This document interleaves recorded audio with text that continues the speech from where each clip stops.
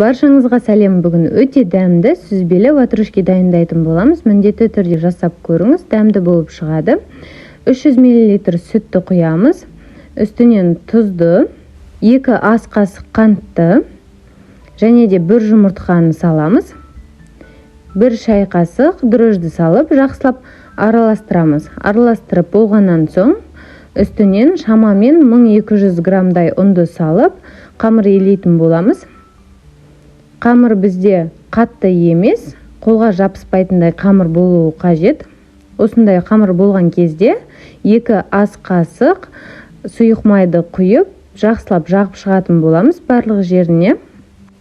Жағып болғаннан соң бетін жауып, шамамен жарты сағаттай уақытқа қалдыратын боламыз.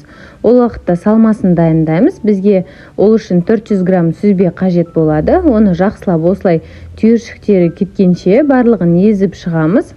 Езіп болғаннан соң үстінен талғамымызға қарай қантты саламыз. Тәтті болғанын қаласаңыз 4 ас қасықтай қант салсаңыз болады. Және де ванильный сахар, жұмыртқаның сарысын, 2 ас қасық қаймақты саламыз.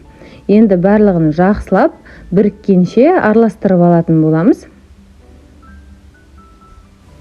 Ал енді біздің қамырымыз дайын болып қалды. Жарты сағаттай уақыт тұрды.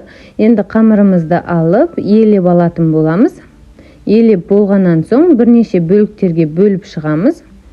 Шамамен 12-15 бөлікке бөлеміз.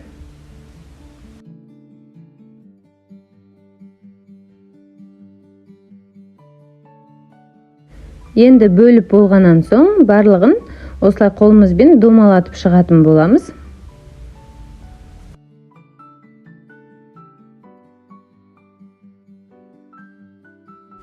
Енді пісіретін табамызға саламыз және де әрқайсысының үстін осылай басып шығамыз. Басып болғаннан соң бетін жауып 10 минуттай уақытқа кішкене көтерілгенше қалдырамыз. Қамыр бізде кішкене көтерілді. Енді стаканды осылай ұнға бір малып аламыз. Енді осылай барлығын басып шығатын боламыз үстінен. Ал енді 1 ас қасық сүзбеден алып, әрқайсысының үстінен осылай туралап салып шығатын боламыз. Одан соң жұмыртқаның сарысына 1 ас қасық сүтті қосып, жақсылап араластырамыз.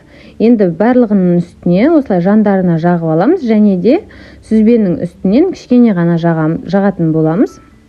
Одан соң 180 градуста қызып тұрған пеште шамамен 20-25 минуттай уақыт пісіріп алатын боламыз.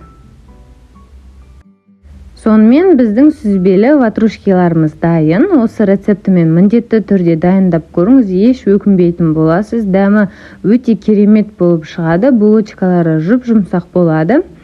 Егер де осы видеоны соңына дейін көрген болсаңыз, менің еңбегімді бағалап, менің каналыма тіркеліп, лайк басып, комментарий қалдыруды ұмытпаңыз. Жасап жатсаңыз ас болсын.